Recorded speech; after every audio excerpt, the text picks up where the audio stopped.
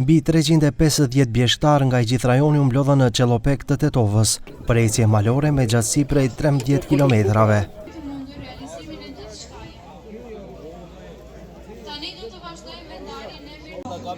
Sot për Qellopekin tonë është ditë e veçantë se kemi misafir nga të gjithë troje shqiptare. Kemi mbi 350 misafir bjeshkatar që vinë në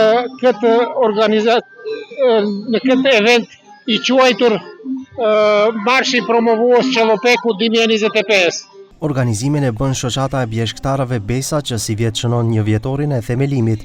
Pjesëmarrësit janë të kënaqur dhe kërkojnë më shumë aktivitete të tilla, thrasin të rinj që të kyqen.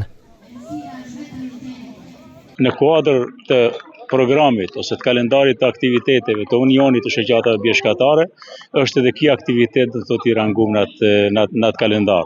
Dhe sot me shumë sukses e realizuam këtë organizim, këtë aktivitet, duke u falenderuar nga anëtarët e shoqatës Besa të Qellopekut. Apelojmë te rinia jonë që ata të merren domodin me bjeshkatari, me të gjitha sportet, po sidomos kjo bjeshkataria është edhe më e shëndetshme sepse nuk ka ngarkesë për gjymtyrët edhe organet tona.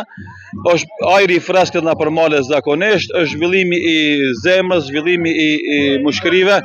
Edhe normalisht është një lloj shkëputje nga jeta virtuale e cila është bën një ngarkesë të madhe psiqike.